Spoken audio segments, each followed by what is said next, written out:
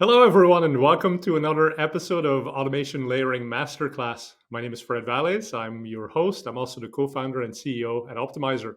And today we have a very special guest. We have Melissa Mackey, who is a B2B PPC expert. She's been doing this for a long time. She's met all the challenges, overcome all the challenges of B2B marketing, and there's quite a few of those. They're very different from what you would see in B2C marketing and PPC. So let's welcome Melissa to our episode.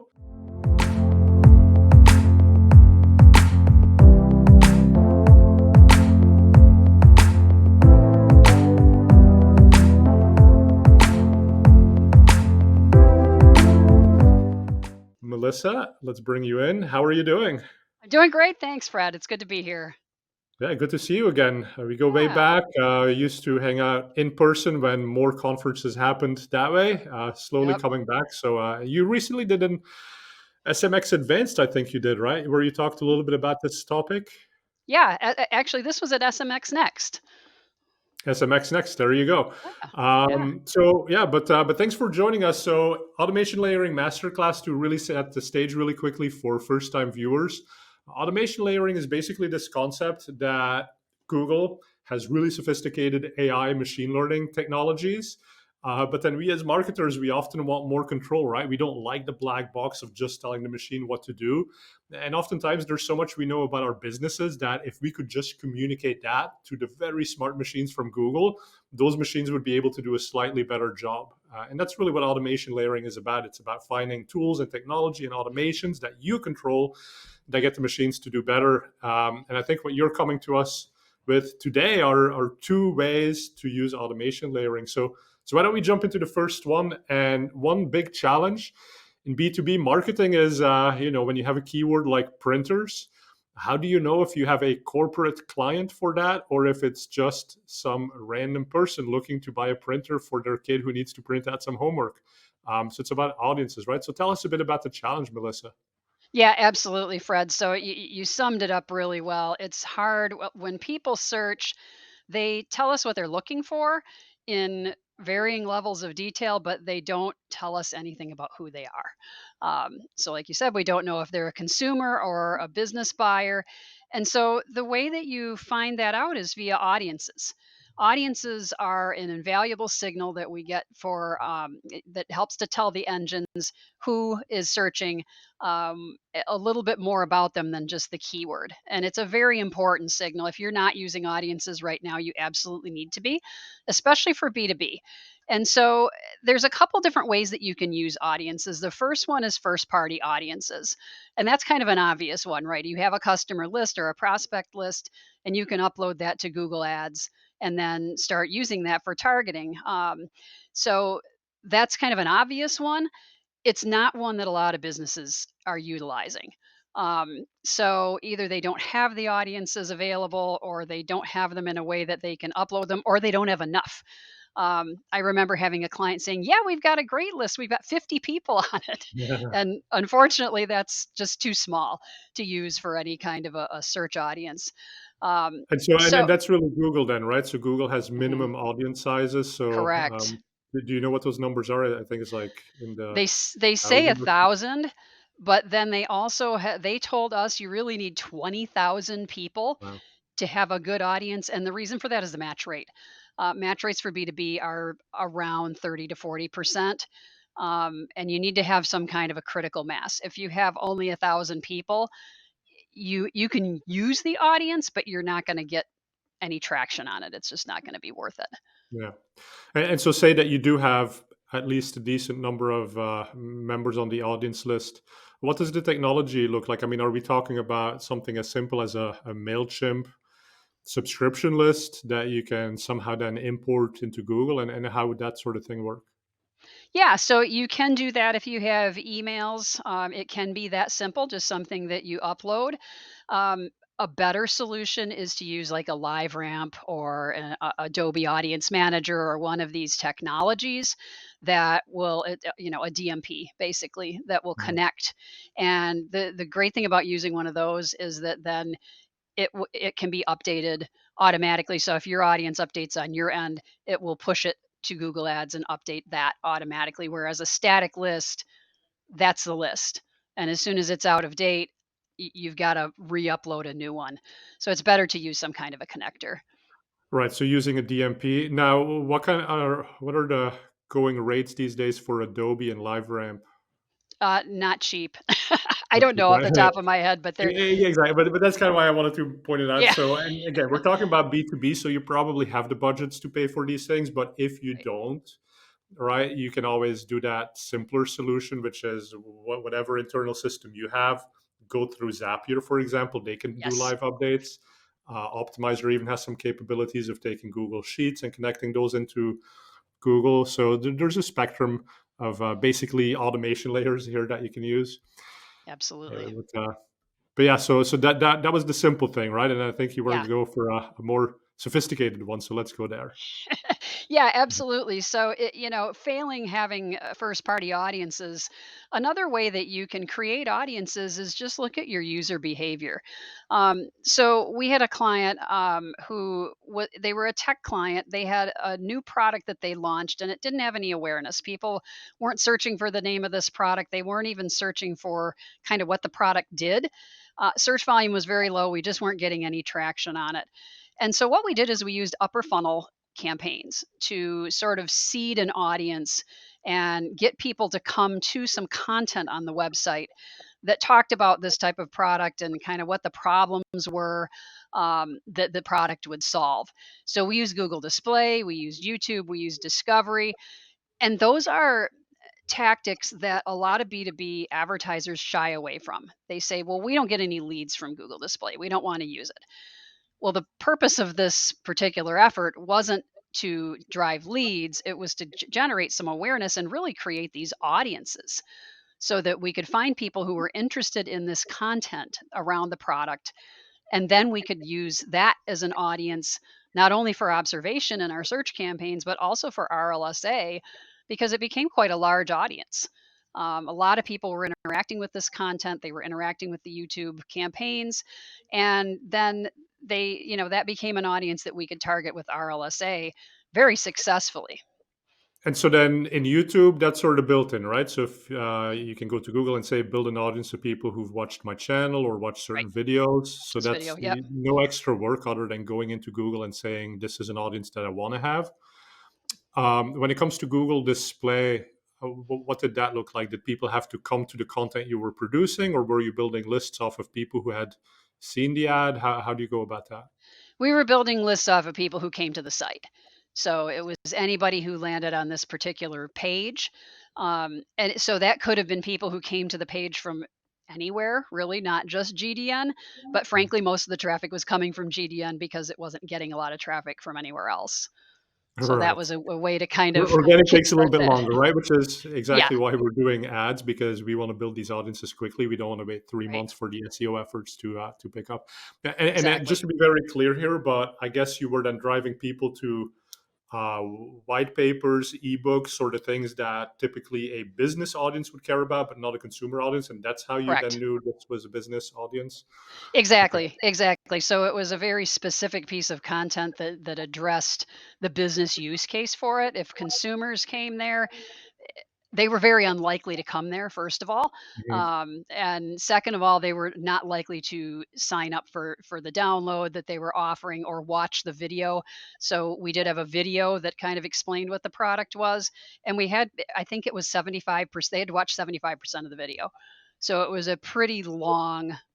It wasn't just somebody who watched a few seconds. They had to invest several minutes in watching, and that's another way to weed out people, casual observers who might watch 5 seconds of a video, but then say, "Oh, this isn't for me."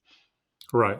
And that's, I guess, then where you strike the balance between specificity and volume, right? So if somebody watched for Mhm. 5 seconds, I mean, yeah, they're sort of interested, and that's how you get higher volumes, so that it's Right. enough list for Google. But if you have huge numbers of audience coming to that, then of course you can be a little bit more conservative and say, oh, they have to watch 75% of the video Right. before we want to target to them. Exactly. And like cost wise, I'm guessing obviously Google Display is a bit cheaper than search. I'm hoping. So what were Mhm. we looking at there? It was low. It was just a few $1,000s. It was not a large investment, and I think people think that they have to spend, 5 or 6 figures on these campaigns, and That's really not true. Now, this was an enterprise client, and a few $1,000s might be a lot for some advertisers, but again, when we're talking B2B, a lot of times there are large budgets, and these clients are also spending a lot of money in other types of channels that are not nearly as targeted, frankly, as Right. search and YouTube. So it wasn't difficult to talk them into this test. This was a test that we did for them. But because CPCs are so low, you can generate a lot of traffic, and cost per view and YouTube was like 15 cents. So it's Yeah. very affordable, very low cost. And then you take the holistic view on the results, right? I mean, obviously, whatever your cost per lead down the line is, that is now incremented because you're spending some money building these audience Right. lists, but that's still a whole lot cheaper than paying like $100 or $200 cost per acquisition on someone who ends up being a consumer who's not your right audience. Exactly. Exactly. I mean, it really pays off. And so you do have to look at it holistically. Don't silo your results into, GDN had this CPA and YouTube had this CPA. You've got to look at it as a whole for sure. Great. Okay, so that's an awesome solution to hone in on a business audience. What kind of results were you seeing from this? Yeah, so we got fantastic results. We had a 154% increase in conversions, which, even though volume was very low initially, that was still way beyond what we were expecting to see. We thought we'd maybe get a 50% increase, but 154% was huge. Cost per acquisition dropped by almost 60%, and we also got a huge increase in clicks. Now, this visual on the screen here, I want to call this out because I mentioned we use discovery campaigns. Discovery campaigns, I think, is an often overlooked campaign type, but it can do well not only for driving audiences, which is what we're talking about in this use case, but it can also drive leads. So we found with using discovery, because the cost per click was so low, 39 cents as compared to 6.85, we got leads at a fraction of the cost that we were Mhm. getting from search. So, discovery is a great hybrid way to not only get a lot of volume to drive an audience, but also to actually drive leads. So, it's kind of, I look at it as like a mid funnel. GDN and YouTube are more just pure awareness. Discovery's kind of in the middle. And then search, obviously, is search. But this was also an unexpected result, frankly. We hadn't done a lot of discovery, and we're really pleased with it and started doing a lot more after we saw these results. Yeah, that's amazing. I mean, it's like the gravy, right? So you're using this to build audiences, and then, hey, if you put a lead gen form on it, some people will actually still fill that out, and Yep, that's extra. Nice. yep, exactly. Nice bonus. Um, all right. Besides Google, I mean, so we've talked about Google Display, Discovery, YouTube. Obviously, we're not limited to just this, right? I mean, if you want to go to Microsoft and take advantage of their LinkedIn audiences, which are can be very specific to B2B, Mhm. you can still build cookie lists based off of that. You can still bring that to other ad platforms. Is that something that you would recommend people do as well? Absolutely.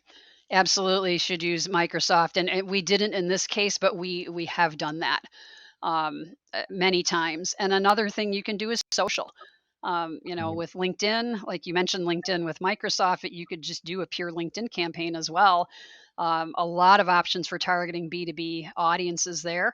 And LinkedIn tends to be a little pricey on a cost per click basis. So you have to kind of weigh that out, but it's really the best way to drive B2B leads when you're looking at social for sure. Yeah, and that's actually interesting because we have looked at LinkedIn as well. But when we saw it as an audience building mechanism, we found it to be too expensive Mm, mhm. because those CPCs were so high. And then we Yes. looked at LinkedIn more as like lower funnel, the Mhm, lead gen portion. But then you get your cheaper social networks where it's, you get clicks for a couple of cents. That mhm. makes sense from an audience perspective, I thought. Yep, definitely. Yeah. Cool. Okay. Well, that's problem number one with a beautiful solution for number one. So, how do you find that B2B audience? So, let's shift here into the second thing that you found great ways to address. But you got people filling out your lead forms, you got all these leads coming in, and then nobody's buying from you because the leads suck. right? Right. You bought the cheapest leads, but not necessarily the best ones. Right. So lead quality, let's talk about that. What sort of challenges have you faced with lead quality? Yeah, absolutely. So lead quality, the challenge with this is that leads don't equal form fills. So the way that we're tracking conversions usually in our search campaigns and frankly in any of our digital campaigns is usually a form fill. So it could be, filling out a form to download a white paper or sign up for a trial or whatever it is. And as soon as you get to that thank you page or click that submit button, there's your conversion. And now that's what all your smart bidding is focused on, all of your, conversion based bid strategies, et cetera. The problem is not all those form fills end up becoming leads. So some of them are flat out junk. It's somebody put in Mickey Mouse or just fake Mm. information. Others are consumers. We would see for our B2B, we'd see a lot of students where they were probably doing some kind of a research project and they wanted to use this asset that you had, a white paper or whatever, to help them with their I don't know why. That's my guess, is why students would fill forms out, but obviously they're not going to buy your six-figure software. And then a fraction of them are actually businesses looking for leads. And so these leads all go into a CRM system, and the junk ones are scrubbed out, and the real ones actually go in and become either an MQL or an SQL or whatever your business calls that.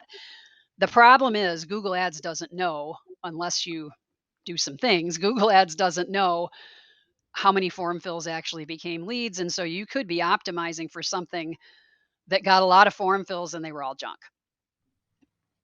Yeah. Huge problem there. And so Mickey Mouse is filling out this form. So I get it. Mickey Mouse is probably not going to buy your stuff, right? But Right. one thing I've always been curious about is if you work for a big corporation. So I used to work for Google. You've worked for a number of bigger companies. When someone selling a software sees those leads coming in, they just start salivating, right? It's like, oh my god, like this big company is going to buy from us. Right. So those people then use their personal Gmail address. Because I get the sense that sometimes you look at Gmail addresses and Yahoo addresses and you're like, that's just spam. That's never going to lead to anything. But at some Mhm. level, it's like that's some of your most valuable leads are probably hiding within that. Mhm. Um, but how do you weed the chaff out from the weed from the chaff? Yeah, that's a conversation that we've had with so many clients where we've had clients come and say, we get rid of all Gmail, Yahoo, anything that's not a business email address. And we would have to say, that's you're probably getting rid of some good leads there. You need to find a different way to follow up with people, whether it's asking additional questions on your form, where only a serious buyer would answer it a certain way. We used to say forms should be as short as possible, name and email address, boom, that's it, Mhm. because you wanted to get as many submissions as possible. I think that thinking has changed, because it's too hard to know enough about the person based on name and email address, how serious they are. And especially when things like smart bidding depends on that, you want to make sure that you know enough about the prospect so you could ask something like company name. So even if they fill out a real company and they put a Gmail, so what? That should still be a lead. That should still go into your system. Don't get rid of leads. So Yeah. it's a little bit of a balancing act for sure. And people should hire you if they want the real gold here. But like, is there another little nugget of a question that's not pushing so much towards like what is your company, but kind of like in a roundabout way getting at qualifying a lead? Some will ask specifics about, what kind of problem are you trying to solve, when it Hmm. comes to, what's the use case for our software that you need it for. Others will ask things like, how soon do you need a solution? And so one of the answers is always, I'm just browsing. And then another answer is immediately or within the next 90 days. And that kind of helps. Anybody who really is just browsing is probably going to choose just browsing. Yeah. No, that's another point. I mean, maybe a separate point, but like I'll be looking for a piece of software and like I'm a decision maker within the company. And then it's like now you got to fill out the form and then you got to wait for someone to call you. And I'm like, I need it like today. Like, Yeah. let me sign up. Where do I put my credit card? Right. Right. Right. So yeah, that's great that you should ask that question, but then you should also act on it, right? Like if they Yeah. need it now, like have your sales team immediately handle that, and then Yes. not like a 15-minute exploration call, but like, listen, Just want to buy this thing. Exactly. Yeah, yeah, and it's so many companies do this badly. Mhm. Yeah. And it's also like if you have a good solution, right, and you're kind of a market leader, then assume that you often don't have to do the selling, right? People have Mhm. heard about you. They've talked to their friends. They know what they're going to get. They know what the pricing is going to be, right? Make it easy Right. for them to circumvent your sales team and directly pay you. Exactly. Take away the Yeah, barrier. exactly. Good. So, but yeah, we're talking about the lead quality then, right? And you were alluding to a couple of ways that you can figure out which are better leads, but um, what's sort of the next step then as far as getting this back into Google and the automation layer? What's that here? Absolutely. So the best solution that we've found is to import your data from your CRM back into Google Ads. So Mhm. Google Ads has connectors for all the popular CRMs. Some of them are direct. If you use Salesforce or HubSpot, there's a direct integration. And this is really very simple. You can take about 15, 20 minutes and have this set up literally. If you know how to do it, it can be very quick. They also support with Zapier pretty much every other CRM that's out there. I mean, there's hundreds of these. And So to be clear then, right, Melissa, so somebody fills out the lead form that goes into your CRM, Mhm. and then you're saying like depending on the stage of the qualification that's happened, that's what you're importing back into Google. Like what do you like Yes, to import? Is it sales qualified, marketing qualified? as much as you Doesn't can. As much as okay, you can. everything. So yeah, yeah. I like to do whatever the next step is. So it's usually MQL. And the reason that you want to do kind of the very next step is to give enough data for smart bidding. If Mhm. you're waiting to till SQLs or until closed leads, for example, you may be waiting a long time. Yeah. So this visual shows this is from SA360, but the process is very similar in Google Ads. Um, Once you get these imported, you can then use this for smart bidding, like I said. So this was from a client who they called their MQLs respondents, but it was basically an MQL, and this was from Salesforce. And again, if you have enough of these leads coming in, which is Google says 20 in a month. And that was actually the number that we found was about right. That if you had at least 20 leads, 20 respondents, MQLs, whatever you call it, you can use that to drive your smart bidding. And so this is an example where we did target CPA based on not Google's form fills conversions, but actual MQLs in the client system.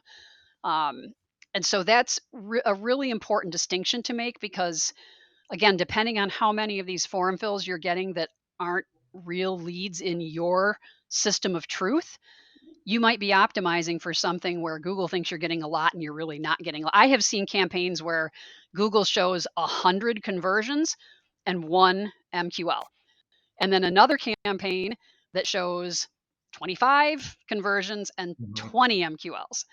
So you can see easily that the campaign that might be preferred with one metric is really Yeah. the wrong one. So yeah, communicate your business truth to Google so that their Exactly. automations can help you do what you do best. And the Exactly. automation layer here is obviously the fact that you can't be going into Google and manually updating this. So you have to Right. have these connectors, you have to plug in your software, your CRM software to Right. constantly feed it into Google. Now I've got a couple of fairly specific questions. I love this topic, so I want to hear Okay. what you but okay, so you go from communicating form fills as your conversion, and in the example you gave, you get 100 form fills, but only one of those is really a qualified lead. Okay, so there's one technique would be to say, I know that I only have a 1% conversion rate from form fill to whatever I want to happen next. So I'm just going to modify my cost per acquisition target to take that into account. Right. And that sort of achieves the same thing as you instead communicating and saying, well, I only had one conversion, but I'm willing to pay 100 times as much for that conversion. Hmm. Has that made a difference, or how do you think about scenario A, modifying the CPA versus modifying what you report as a conversion? Scenario A, if you can't figure out how to get your CRM leads into, or if you're using another channel that doesn't support these imports, um, that is a decent solution. I found it to be pretty inaccurate. Hmm. The numbers can change, and so if you're having to back into something, it requires you to really stay on top of it, and you're basically doing manual bidding, right? Because you're having to, look at what you're getting, how are your results going. If the percentages change or your CPA goals change, you've got to go in and manually make sure you're updating that. Whereas if you're importing the data, it does it automatically. Yeah. So there's And a manual time adjust issue. exactly. And then all the time that we're wasting manually adjusting bids, like we're not being strategic. Correct. The other thing I think is that the more that you can communicate your truth to Google, their machine learning systems will now actually start figuring out, well, what is it about this one that's different from the 99 others? Hmm. And over time, it can actually start learning and say, oh, well, maybe it's a regional thing. Maybe it's a time of day thing. Maybe there's some audience component that we ourselves don't have, but Google has all this data. Hmm. So it can start to see beyond that. It can learn, right? And then that's really where we want to push the system to. So I agree with you. I think you should communicate the actual conversion. Now, the next question then is, um, you're on board, you've listened to this session, you're going to do this, but how do you go from the old way where you said, I'm only willing to pay $10 CPA because I've been communicating the wrong thing, to now I'm willing to pay $1,000 CPA because I'm communicating my actual conversions? Like that seems like it would shock the system a little bit, right? So how have you, in your experience, made that transition from communicating one type of conversion to another one and adjusting the targets along the way? Yeah, so there's a couple ways to do it. You can go cold turkey and say, all right, we're just going to switch it from one to the other. And there will be a brief learning period where the numbers are crazy, but I've found it only takes a week or two if you have sufficient volume.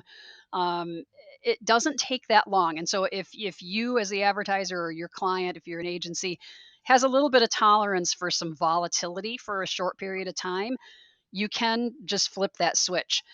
If you don't want to do that, or if you don't think you have the volume, you can just switch it to manual bidding again for a short period of time, um, to kind of reboots the system, if you will, and then turn it to automation with your new goals, with the new conversion action that you're tracking.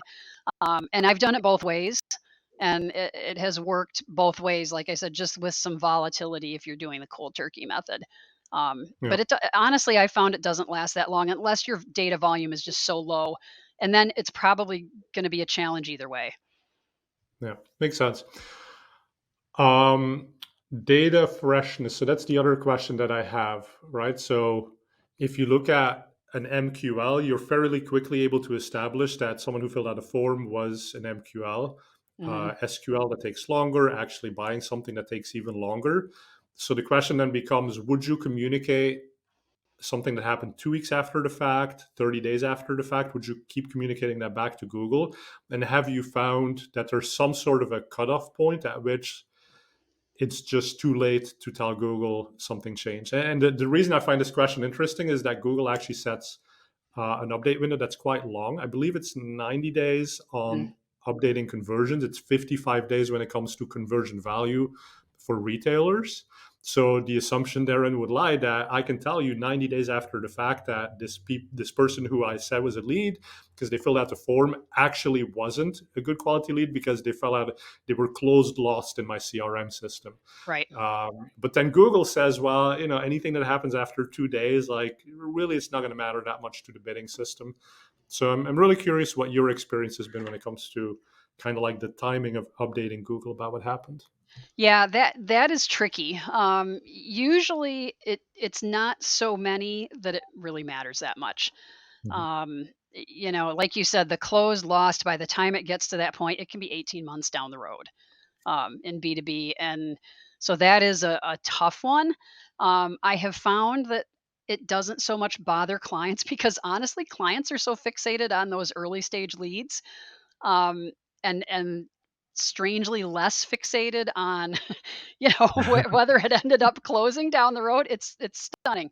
um, but a lot of clients that I've worked with, they're like, well, we're just, our goals are all around MQLs and SQLs. That's what we're focused on. And Yeah. then it's our sales team's responsibility. It's again these silos. The marketing team, the advertising team wants those early stage leads, and then it's then it goes to sales and we don't care what happens. It's Yeah, a that's little bit fascinating. strange. Somebody But else problem at that point. somebody else's problem. And, really you should be tying, and that's why we like to get all the data in that we can. Even if it's too late to affect the smart bidding, at least we can see that in the system and we can make adjustments manually if we need to. Again, try to stay away from manual adjustments, but sometimes you have to. And sometimes you realize, hey, maybe we shouldn't be using automated bidding for this particular campaign because it doesn't behave the way that we expect it to. And so we've got to figure out a different way to optimize it. And occasionally you will end up saying, all right, we've got to do manual bidding on this one. Mhm. And so when you put all of that together, what sort of results can people expect from better Yeah. telling who the leads are? Well, what you end up doing is you're actually now optimizing for your business metrics as opposed to a somewhat nebulous Google metric. And we did this for a client who had been using Google Ads form fills for their smart bidding, but they were finding that they hadn't set up Google Ads tracking correctly. And so we weren't even optimizing for that metric properly because the tracking was goofed up. But B, um, they were just not getting as many MQLs as they thought they should be based on their internal conversion rates. So we set up HubSpot integration for them. They were a HubSpot customer and started using HubSpot MQLs for smart bidding instead. And we found that the MQLs increased by over 50% once we went to this method. The form fill data, because it was inaccurate before, it was a little hard to compare that, but who cares? Because Yeah, that didn't right. matter to the client. They were focused on MQLs, and it increased by 50%. And then we were starting to not only we increased the MQLs initially, but then we were able to lower the cost of those over time and then drive more MQLs. It just went up, substantially because we were now able to use smart bidding to lower the cost and find more of those customers Yeah. and learn more about audiences. So going back to the first point, because yet smart bidding tells you, hey, these audiences are driving MQLs, and so we could use that data as well. It's a win-win. Great.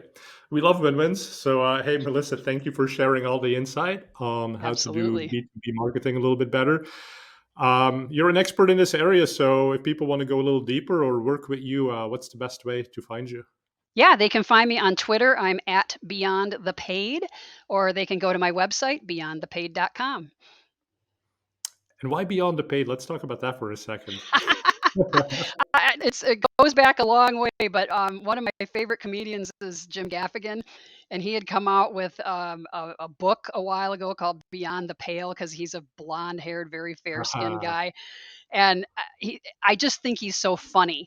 And I was like, pale, paid, and I wanted to talk on my blog about topics just beyond paid search advertising, so that's where I came up with that from. Goes way back. nice. Love it. Okay, so find Melissa Mackey at Beyond the Paid on all the social platforms. Look her up on LinkedIn. And I'm sure you'll be at future SMXs talking more about like the evolution of all of these things. So thank you so much for sharing. And we'll have another episode of Automation Layering Masterclass coming up. So if you've enjoyed this one today, sign up below and keep watching our channel. Thanks everyone for watching. Thanks Melissa for being here. Thank you.